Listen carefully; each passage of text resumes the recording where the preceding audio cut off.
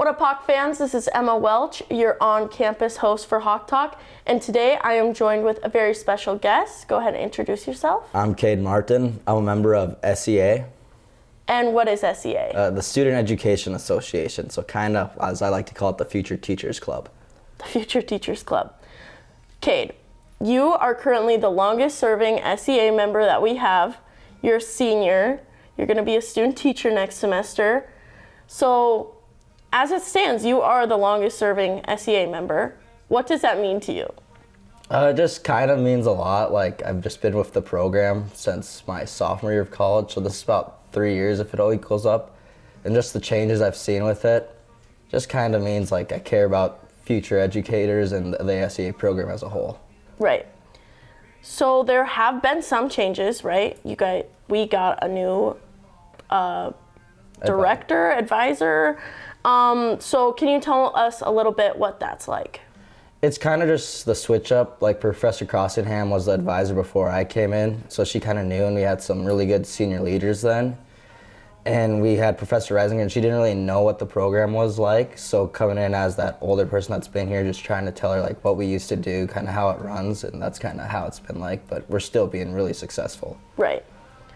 And SEA, do they host any events on campus? What kind of events? We host some, like, we had Friendsgiving that was a few weeks ago for Thanksgiving.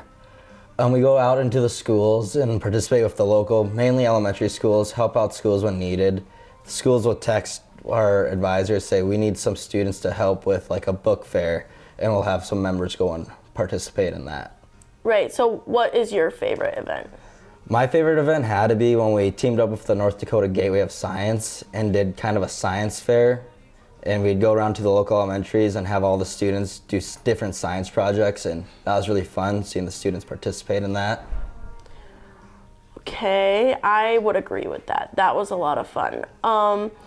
Next is, what is your favorite part of SEA?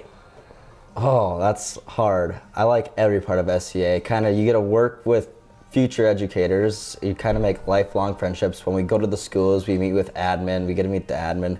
So I just think SEA, if you want to be a future educator, future teacher, is just a great program to be in. Right, and the last question I have for you, I ask it on every interview. What does DSU mean to you? Oh, that's really hard.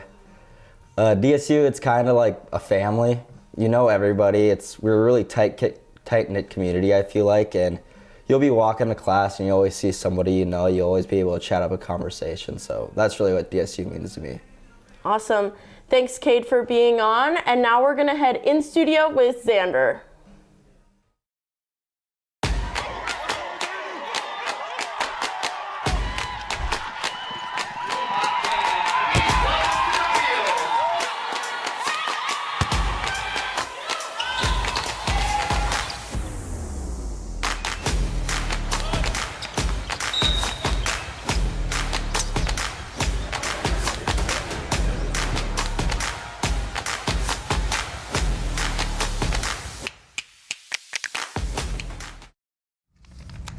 What's up, everybody? Welcome back to Hawk Talk. I'm joined with a very special guest. Oh, I'm your in-studio host, Xander Beeson. Forgot that part. I'm just excited to get Too in the excited. interview. I'm too excited. We're joined by a very special guest. I'll have you introduce yourself to the people. Hi, everybody. My name is Steph Osborne, and I am the interim assistant director of the School of Business and Entrepreneurship, and I'm also an assistant professor. Awesome. So that's a lot. You kind of have a full plate. Can you just kind of briefly explain your day-to-day in that position? Yeah, so I made this switch, so we'll probably dive into my backstory a little bit, but I've been at DSU for a while, made the switch over to being an assistant professor a couple years ago now. So that role, I guess, we'll talk about first. Obviously, it's teaching, right? Yeah. So I get to teach my classes, and that is a lot of fun. Just finished up finals yesterday, finished up my final exams. But yeah, actually holding class for the face-to-face class, and then it's just a lot of class prep, obviously, making sure that like my assignments, the instructions make sense. Obviously, lots of grading too. I am a professor that if I assign something, I want to give you feedback. Yeah. Like, I want to take the time to read through. Ends up taking me a lot of time, but I think it's important, you know. Like, one of my favorite assignments in business communication, you have to do, a resume and a cover letter, and I do like read through those pretty heavily, and like, because I want to make, corrections if there's anything wrong, so you can use those later. But yeah, I would say it's, grading, class prep, holding classes, and then advising too. Yeah. I do a lot of advising for students, so having those meetings, answering their text messages because they don't answer my emails, so texting, that kind of stuff. Yeah. And then the interim assistant dean role is a little bit newer, obviously, hence the interim title there. But basically what I do is help Dr. Ayo Deji Aragondade. He's our dean of the School of Business and Entrepreneurship, and I help him with anything he needs help with. So lately it's been a lot of curriculum, so some potential new degrees in the works that we're really excited about. It's also, making sure that our school is running the way we want it to, that we have the culture in our school of business that we want, talking about recruitment efforts and that kind of stuff. Yeah, that resume that you were just talking, that resume assignment, the exact PDF, I use that to this day. Perfect. Because I remember, I think it was one of my better grades in the class was my resume. Nice. So do you have any struggles when it comes to kind of balancing all these responsibilities that you have? And how do you work through those if they come up? Yeah, so I mean, a little bit right now, because as we were just talking about, I'm also helping the admissions office. We're in a transition period right now. I used to be the director of admissions at DSU, as you know, so kind of helping through that transition period as well. So yeah, right now I'm feeling a little, a little stressed out, but I think it's just, obviously, it's the to-do list. My Outlook calendar is full every day, but it's like, what do I have to get done today? My big thing is making sure like communication with students comes first. So even right now, I'm doing a lot of admissions stuff at the moment because finals are over and my grades are entered and everything. But like, I have students texting me or emailing, asking questions about their grade, that kind of stuff. So that's always first and foremost, is dealing with that. And then it's, am I prepped for class tomorrow? And then, what else can I put on my plate today? It's just what's the most pressing, and I try to get ahead as much as possible in a normal time when I'm not handling admission stuff as well. I think I stay pretty on top of it, but it's also a little bit harder now that I have two kids. I was going to say, having two young kids probably doesn't make it probably makes it a little bit more difficult. Yeah, but I definitely try to, like, I need to give them time at home too. So like, when I'm done for the day, I need to put my focus on my kids, so schedule it out. Sometimes I work a little bit later than I'd like to, but get off work, spend time with my kids when they go to bed, maybe do a little bit more grading. But When you were a DSU student, probably partying it up in DeLong Hall, did you ever imagine that this is what you do with your life? No. So, funny story, and maybe I've told you this before since we've known each other for a while now, but I was getting about ready to graduate. So actually, I'm going to age myself here. I just had a Facebook memory pop up today that like I graduated 10 years ago tomorrow. From DSU. So, but it was, I don't know, probably a couple months before graduation that I was kind of like, I'm getting a business degree and a communications degree. That's great. Yeah. Opened so many doors. But now what? Like, now it didn't what? close any doors. That was my biggest thing, is like, oh crap, now I have to think of like, what do I want to do for a job? And I was lucky enough, I did a work study and internship with the financial aid office, and I was involved in, student ambassadors and, other things while I was a DSU student, and networking. All of that led to just these connections. And so a few people were like, hey, Steph would be great in admissions. So they reached out to me and they were like, do you want a job when you graduate? And I was like, that sounds pretty good. And they're like, can you start now? And I was like, no. I need to graduate first. But I started January 6th. So a couple weeks after I graduated, went on a vacation with my family to Disney World first. And then, I started up right away. And I had every intention of only staying for like 6 months. I'm from Montana originally. I love Dickinson, but I was like, I want to go, do something else. Was like, I'll work in admissions for 6 months and then I'm out of here. I met my husband, Sagan, 2 weeks later. So best laid plans, right? And then, here I am still, years later. I kind of have these thoughts all the time now that when I'm at work at the city, and I'm like, oh, I'm going to stay here for like a year and a half, enjoy my time. Yeah. I'm like, there's some people that just, they think like that, but they never leave. That's not a bad thing, obviously. No. You've done a great job, because we've been working together for a lot of the time I've been at DSU, which I just aged myself 5 years. Yeah. 10 years ago, God, I was learning cursive in 3rd grade 10 years ago. Get out of here. But ridiculous. I think DSU is very lucky to have you, and it's very nice to see you getting like kind of all these watching from afar, getting the promotions that you get, because you do deserve them. But back to the interview. So I've had you as a professor for one class, and so I kind of know how you run your classes. But what are just so they know, what things do you emphasize when you're going through and teaching a course? It's a lot of the soft skills, honestly. And actually, we met with our School of Business Advisory Board yesterday, and we were kind of like, what are some of the maybe skills gaps, or like what are the things that you guys really need them to have when they get out into the workforce, when they're working for you? And they said it's a lot of the soft skills, the communication. Yeah. So business communication, which you took with me, it's one of my favorite classes to teach, because it's basically the whole class, right? Yeah. Like, we are sitting there and we are working on the concrete stuff like a resume, but we're also working on communication, exactly what it sounds like, right? So how do you deal with conflict resolution? How do you deal with negative feedback? How do you do something like this? How do you do public speaking and feel comfortable with it? Because it's not comfortable. It's nerve-wracking.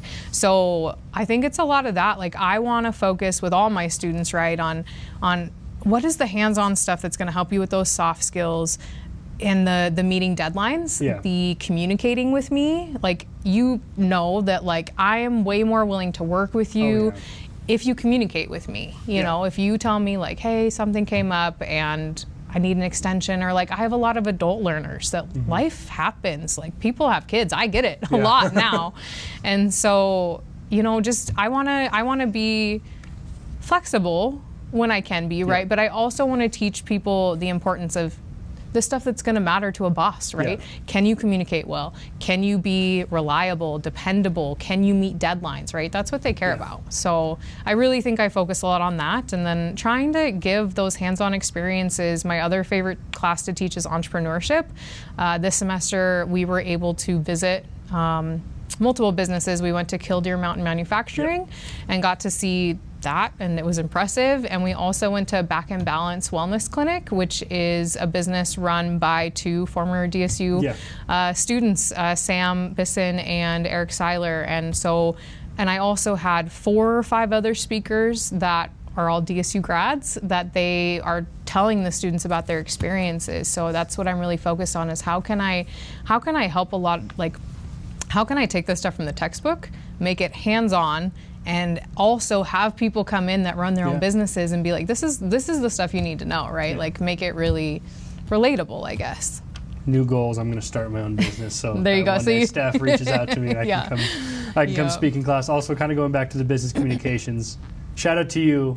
I think one of the I don't know how to describe, one of the nicest things a professor's ever done was you completely understood when our group project, hours before, like one of our group members dropped out of the class and didn't tell us. Yeah. So we were sitting there waiting for his like 3-4 pages of the paper and never got it. And then you didn't get it. Yeah. So I was very happy that you understood. Like, I was kind of stressing for a little bit. Yeah. But, that's another thing, right? Teaching group work, because it's going to be out there, but also I understand that sometimes group work is hard, and sometimes people don't do their piece, and I don't want to penalize the other people, in that case. So feel that. So in your time at DSU, you've dealt with, when you were in admissions, with incoming freshmen, and now you're kind of teaching these higher level business classes, so you see a lot of the juniors and seniors.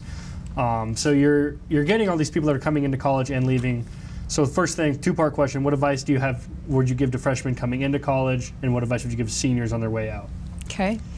So I actually teach the School of Business freshman seminar, so I get the freshmen too, which I love. That's a lot of fun. I like getting to build that connection with them right when they come in. And actually in our last day of class, I kind of give them like, these are my words of wisdom, guys. Honestly, I would say like, enjoy college. Yeah. Like, go to class, please. But like, I always tell students that like, real life is gonna happen, right? You're gonna There's no avoiding it. It's coming. It's inevitable. Real life is coming. Real adult life where you have to get a job and then you start thinking about family and all that stuff, right?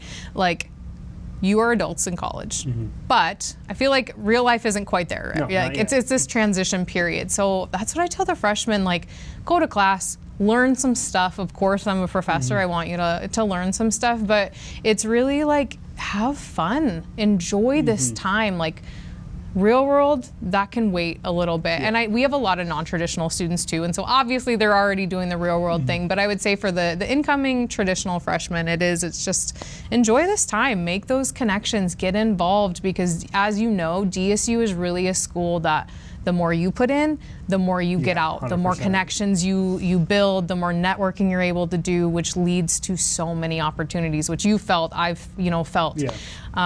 So yeah, enjoy their time, have some fun, be responsible, go to class, but have fun while you're doing it. For the seniors, I don't know. I think it's just, what did I say for the seniors? I had the freshman one kind of ready, but for the seniors, I would say just be confident, right? Like, we are giving you, hopefully, that's the goal, we're giving you a lot of skills and tools that you can take into the workforce. So know your value. Know that, you've got this education, that you worked hard. Like, college is not easy. No. So when you are getting ready to graduate after 4 or 5 years, whatever it is, right? Like, you have put in the time, the effort. You should be so proud of everything that you have accomplished, and then have some confidence going into the workforce. Like, you're gonna feel overwhelmed because there's always such a learning curve on every job. So don't let that freak you out either. But yeah, be confident. Like, you just learned so many things. You have a lot of new skills. Go in and really, prove yourself and show, like, I am a valuable team member. I can do a lot of stuff here, and be confident. Next question. What was your favorite thing about having Xander as a student? Oh my gosh. That you would give me crap in class, man.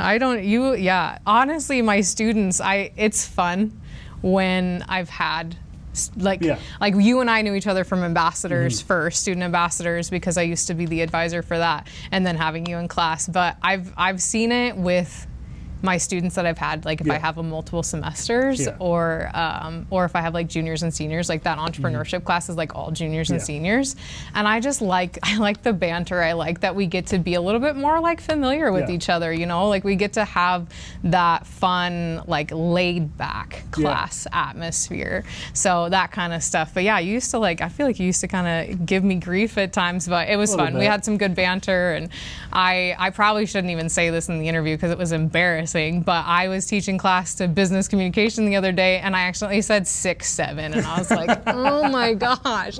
And they all died laughing, and now it's just this thing, right? And, like, they were texting about it in class. Like, one student was texting another one that was gone and was like, Professor Osborne said 6'7". And then 2 weeks later, somebody submitted something and put 6'7" on there for me, and I was like, oh my God. That's awesome. But it's funny. Like, I enjoy, when students, like, feel more comfortable with also, me. Like, it's one of the beautiful things about DSU is, like, this is no shot at any other university, but like NDSU, UND, these bigger schools, you're not going to have that. No. You're going to have these 500-person lectures where, like, your business communications class is going to be a huge group of people, and this professor might not even know what you look like. Right.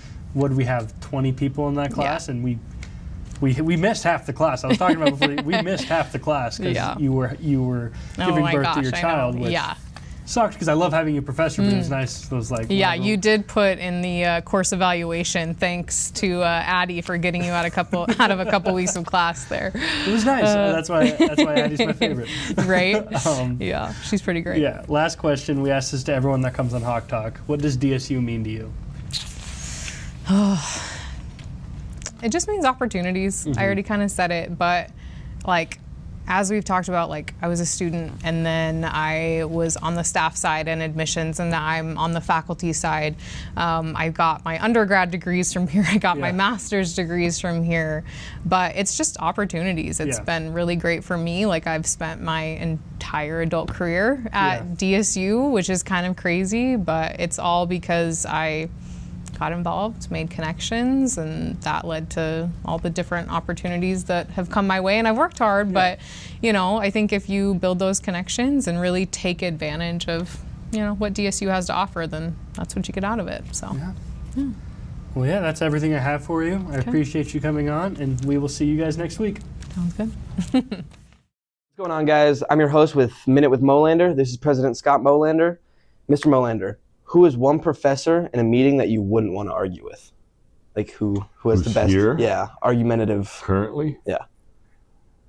Oh, myself. Yourself. Yeah, I wouldn't want to argue with myself. That'd be difficult to do. I argue with myself quite a bit. Yeah, But right.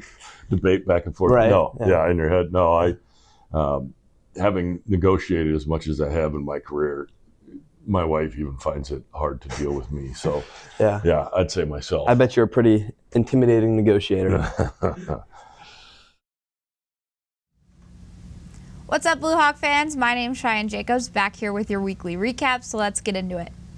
Men's basketball went 1-1 on the weekend, beating receiving votes Rocky Mountain College 66-56, but then dropping a tough loss against Carroll College. They head to South Dakota this weekend in an exhibition match to take on Black Hills State. Women's basketball went 0-2 on the weekend with tough losses against number 15 Rocky Mountain and number 16 Carroll College. They head to Grand Forks this weekend for an exhibition match against University of North Dakota. Indoor track and field had another outstanding weekend in Bismarck, with many setting personal bests and having standout performances. Senior Corey Nagel earned NAIA Athlete of the Week, while Faith Brennan and Dylan Dahlgren were named Frontier Conference Athlete of the Week. Women's wrestling hosted Bismarck State last week, gaining a huge conference win over the Mystics with a score of 29-20. Men's wrestling also put on a clinic in Scott Gym against conference rival Bismarck State, scoring ahead early in the duel and ending with a final score of 42-5. We wish all of our Blue Hawks luck in their competition and activities this week, and as always, Hawks are up.